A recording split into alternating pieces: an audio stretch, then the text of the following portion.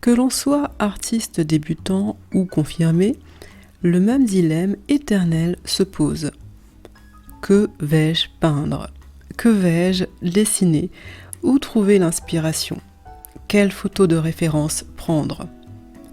Ceci devient un véritable casse-tête qui consomme inutilement notre énergie créative. Personnellement, je me retrouve dans la situation inverse, c'est-à-dire beaucoup trop de sujets à peindre et peu de temps pour tous les réaliser. Je dois me résigner à faire le dur choix des tableaux qui ne verront pas le jour. Lorsque je souhaite un modèle à peindre, je prends principalement mes photos de référence moi-même. Cependant, lorsqu'il s'agit de s'exercer sur un aspect technique particulier ou sur un sujet précis dont le modèle est difficile à obtenir, il m'arrive de consulter les sites de photos libres de droit tels que Pixabay, Pexel et bien d'autres afin d'obtenir une photo de référence de belle qualité.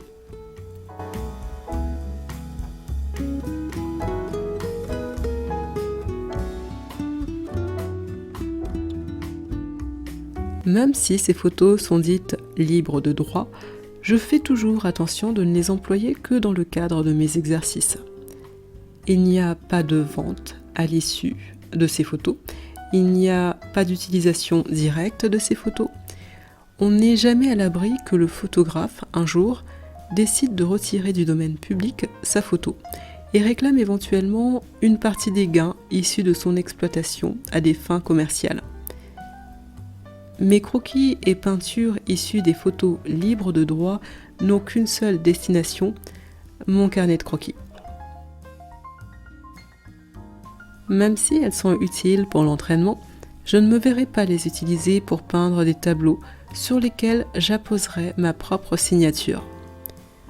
Toute création utilisant une part des œuvres des autres ne nous appartient pas totalement.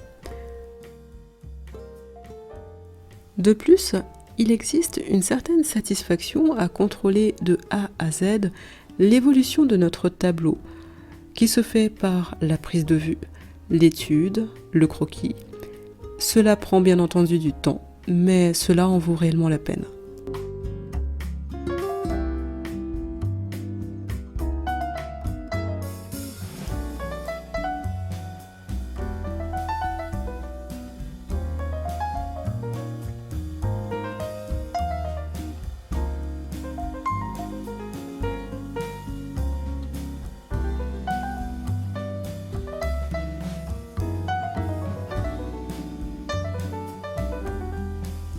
La démonstration de peinture que vous visionnez actuellement est pour moi un exercice, une simple étude réalisée sur papier toilé.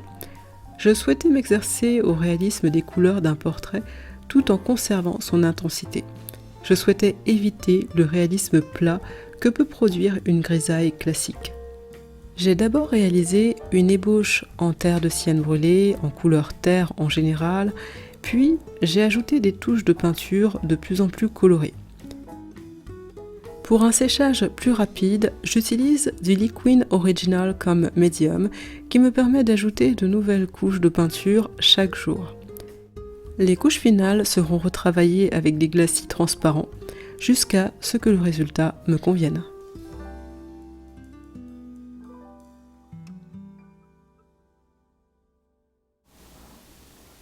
Connaissez-vous le diviseur d'échelle proportionnelle ? Alors, le diviseur d'échelle proportionnelle, c'est cet outil-là. C'est un outil pour le dessin qu'on ne connaît pas forcément très souvent, on n'en parle pas forcément tout le temps. Et ça va être utile pour les personnes qui souhaitent reproduire à l'identique quelque chose, un modèle ou un dessin qu'ils auront fait sur un carnet de croquis, une étude par exemple qui aura été bien poussée, et ils veulent le reproduire à une échelle un peu plus grande ou un peu plus petite, mais en général c'est l'inverse, hein. On souhaite reproduire un petit dessin sur un très grand format, une toile par exemple, etc. Donc au lieu d'utiliser d'autres techniques comme le quadrillage par exemple, qui permet aussi d'augmenter ou de rapetisser éventuellement une échelle que l'on a, et bien là on va utiliser une sorte de compas, un diviseur d'échelle proportionnel qui va permettre de reproduire un petit modèle et de le faire un peu plus grand en fonction de l'échelle que l'on souhaitera apporter à son support à peindre. Donc là j'ai mis par exemple le petit, je sais pas ce que c'est, c'est une sorte de petite vis en fait qui permet de bloquer le compas à un endroit donné, mais je peux le déplacer, je peux le mettre ici, et dans ce cas-là l'ouverture se fera bien plus grande de ce côté-ci. Et ça me permettra de produire un dessin beaucoup plus grand que mon modèle d'origine. Donc c'est quelque chose que j'utilise occasionnellement, je dessine pas mal à main levée en fait sans forcément trop m'en rendre compte, mais quand je l'utilise c'est souvent que je veux aller vite dans la réalisation d'un dessin. C'est quand je fais une étude dont le dessin n'est pas le but mais va me permettre surtout de peindre. En fait le but ce sera certainement la peinture et non le dessin. Donc pour aller plus vite, eh bien je vais utiliser le diviseur d'échelle proportionnel.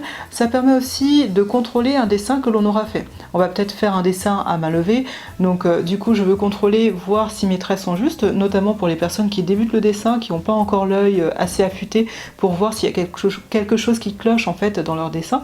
Donc au bout d'un moment, ils vont utiliser leur diviseur d'échelle proportionnelle, un peu comme un compas. Ils vont comparer en fait les distances entre chacun des petits objets qu'il y aura sur le modèle à peindre.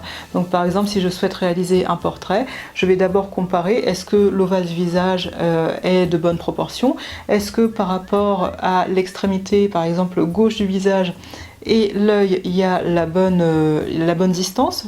Est-ce que par exemple mon nez est bien placé par rapport à mon œil? Et ça, en fait, le diviseur d'échelle proportionnel va me servir aussi à ça, un peu comme un compas, à voir à chaque fois si les proportions sont correctes. Donc c'est quelque chose que, par contre, je dirais, il faut faire attention. Je crois que j'ai déjà prévenu. Ah, le téléphone. J'ai déjà prévenu dans l'une ou l'autre de mes vidéos qu'il fallait faire attention, notamment lorsque l'on apprend le dessin, lorsqu'on est dans une phase d'apprentissage, qu'on ne maîtrise pas encore totalement la perspective, qu'on n'a pas encore affûté son regard pour pouvoir produire depuis la 3D de la 2D sur une feuille de papier. Donc à ce moment-là, il vaut mieux éviter les aides au dessin. Il vaut mieux que ça reste en fait juste un outil de contrôle par la suite. Car si vous vous habituez à dessiner avec ça, vous allez avoir du mal à progresser. Donc il faut s'entraîner de façon assez dure en fait pour un jour réussir à dessiner sans trop réfléchir et de façon quasi instinctive et automatique. Mon croquis est à présent fini. Je lui réserve une place de choix dans mon carnet.